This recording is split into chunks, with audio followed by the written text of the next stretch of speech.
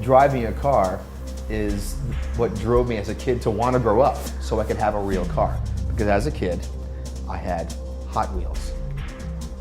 And I don't think there was any kid who ever had Hot Wheels who didn't simulate incredible jumps, crashes, police chases. Which is why, when Hot Wheels called me, I was really excited.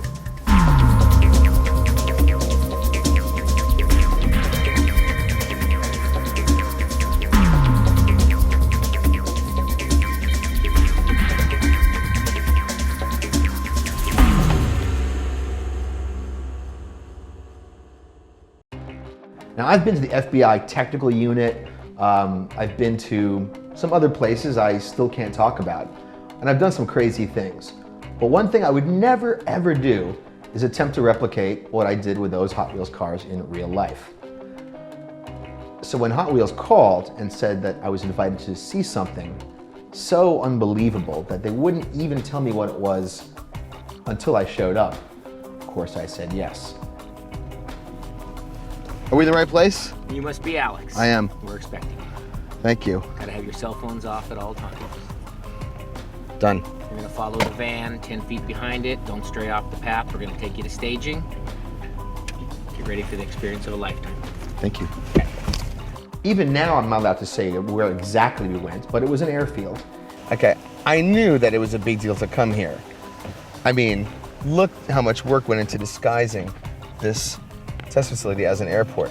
I didn't know that we'd be the only people invited to see whatever it is they want us to see here at the secret Hot Wheels test facility. Oh my God. In the distance was some kind of ramp resembling something I had destroyed many toy cars on. What the hell is that thing? I think that's a full-size corkscrew ramp. And it was quite obvious, and I didn't even know what to call it, that they were gonna take a car off a ramp and do something very dangerous. Well, you have to be out of your mind to do that. Then I was handed a jumpsuit, which made no sense because I wasn't doing anything. In 1968, Hot Wheels opened their secret test facility, located in front of this clearly fake diorama backdrop of mountains. This is where Evel Knievel, Steve McQueen, and many others have tried and usually succeeded in performing extraordinarily dangerous stunts. Stunts performed in the full-size actual cars designed by Team Hot Wheels, which, after having been executed successfully, were then miniaturized into the Hot Wheels that all of us, at least I bought as a child. I thought it was done in reverse. I had it all wrong. The fact that Hot Wheels are taking literally the exact cars that I had as a kid and building them life size and doing this with them, I mean, it would appear they're going to attempt a full-size corkscrew jump. Now, the record, as I understand it, is 72-ish feet. In the Olympics, when records are broken, they're usually broken by a margin of less than 1%. This is clearly a lot more than 79.5 feet. It could be 85, could be 90, I don't know. This might be one of those things that makes me believe that there still is car culture in America. Awesome. Do I even have to explain why this is awesome? If anyone had ever told me that there were ever real life-size Hot Wheels, I would never have believed them. What is great about being a kid is that you believe the mythology behind the toys, and then to grow up and find out the mythology is true is why I'll never grow up. This is what I dreamed about driving when I was 6. There are two amazing things about this car. Come closer. Closer. These were what racing seats were back in the day. But more importantly, the shifter is actually made of the metal glazed spine of its first owner. It's awesome. Let's go to the next one. How many brands who make anything, especially in cars, literally are making makeup for guys. A rim, a paint job, an accessory, who cares? But these guys are actually financing, creating a brand, and building upon their brand by doing real things. And that's what passion for cars is all about. So, you know, I'm okay with these guys. And if I had kids, I'd buy them some Hot Wheels, because I want to see more stunts like the stunts they're trying here today. Good for them. I did get a tour of the ramp itself. All right, what is the optimal speed at which to hit this ramp, make this jump happen safely? First of all, you're at the test facility.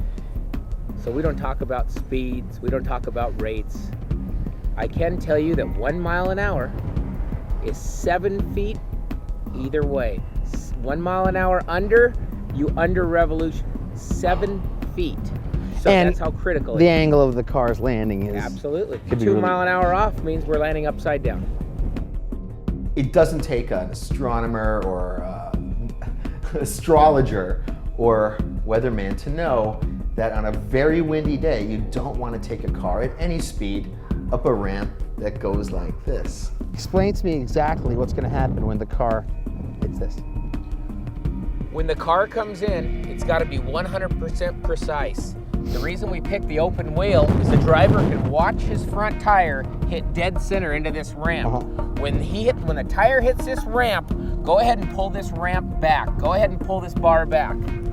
Ramp drops and instantly sends the car into a rotation. Got it. That's as simple as it is. It's just instant rotation. Driver has no, once he's done, he's committed. The car's now gonna be upside down and flying through the air. An arm sticking out whose sole purpose it was a trigger, so when the car hit it, it would drop the left side of the car to begin to twist. I mean, that's crazy. It's been almost 7 hours since we arrived here at the top secret Hot Wheels test facility to see this world record attempt. But sometimes, with all the preparation, all the engineering, all the planning, there are things beyond our control. In this case, the wind. I was pleased to see that they were waiting for the wind to die down. I was also, as a fan of destroying actual Hot Wheels cars, hoping they would just give it a go. If they get just 30 seconds, clear, no wind, they're gonna give it a go. And we're not leaving till they do, or the sun goes down. And then they did.